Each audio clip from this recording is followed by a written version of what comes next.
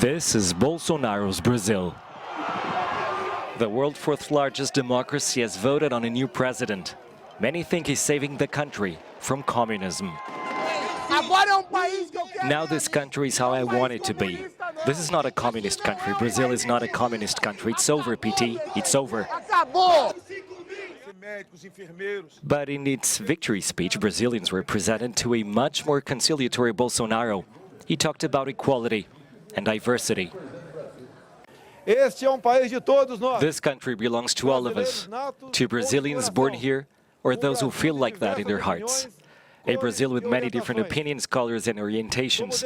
As a defender of freedom, I'll lead a government that defends and protects the rights of citizens, who fulfills its duties and respects the law. Laws are for everybody. That's how our government is going to work, in a constitutional and democratic way.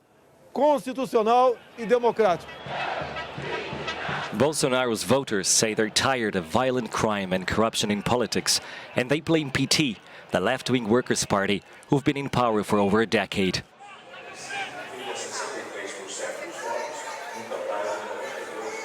But runner-up Fernando Haddad and his supporters fear for their future. Haddad told his followers that the fight is not over.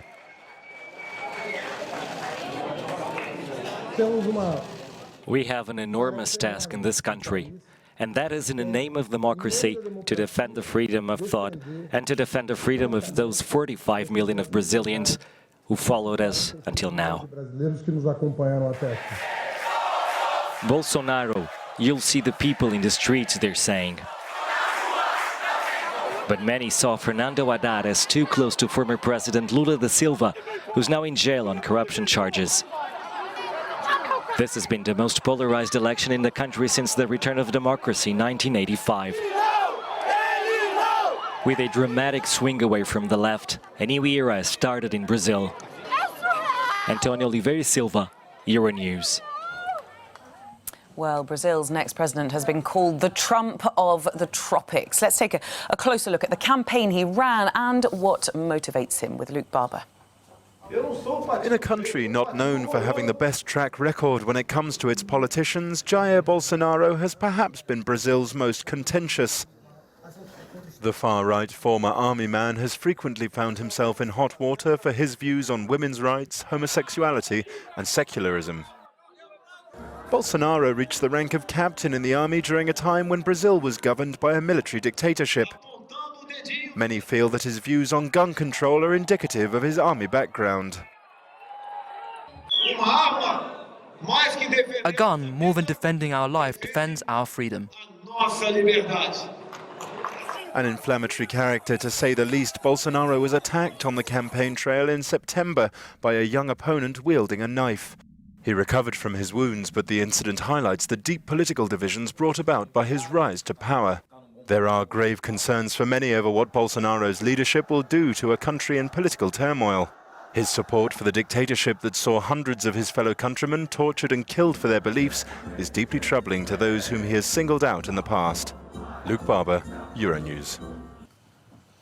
Well, staying with this story, let's go now live to Sao Paulo in Brazil, where journalist Sam Cowie is. Good morning to you, Sam. Thank you for joining us on the programme this morning. Just tell us, we've seen images of division in the streets in Brazil. What reaction have you been seeing to this election win? Yeah, well, I mean, Brazil is completely polarized right now, and it has been for a while, pretty much since the last elections in 2014. But as this year's elections have approached, the divide has grown ever deeper, basically. Tonight, after Mr. Bolsonaro's victory, you saw hundreds of supporters on Avenida Paulista, the main thoroughfare of the city. Music being played, drinks being enjoyed, a very party carnival atmosphere. But then, of course, you saw at the Workers' Party headquarters with Fernando Haddad in the video that we saw, a very somber mood. People are very worried.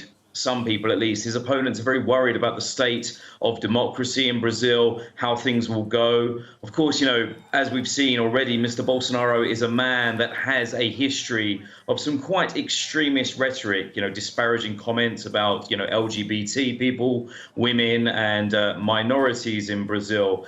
And, he's also an avid supporter of Brazil's military dictatorship. He's, praised torture in the past, called for extrajudicial police killings. And so all of this right now, people are very worried about whether this rhetoric that he's had for the last 28 years in Congress, whether he's going to, put this into practice, and whether the checks and balances and democratic institutions of Brazil are going to be able to push back against perhaps the worst excesses of his potential, of his government, and how he would potentially rule. Well, that's the interesting point, isn't it? I mean, what does all that mean? What does Bolsonaro's views mean for Brazil's future, both domestically and on the international stage?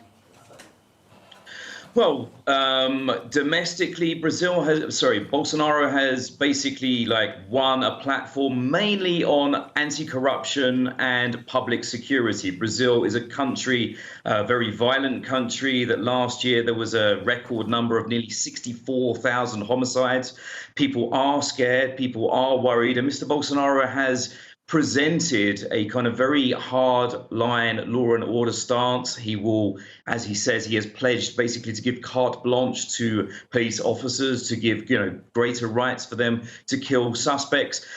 Of course, this resonates often with voters, especially sometimes lower income voters who live in rough neighborhoods. But also we know, and if we look at other similar kind of pledges by other presidents across the world, like in Mexico, for example, we know that this often correlates to and often ends up in collateral damage of, marginalized populations. And so the idea that he will give carte blanche to officers, police officers, to kill suspects, basically.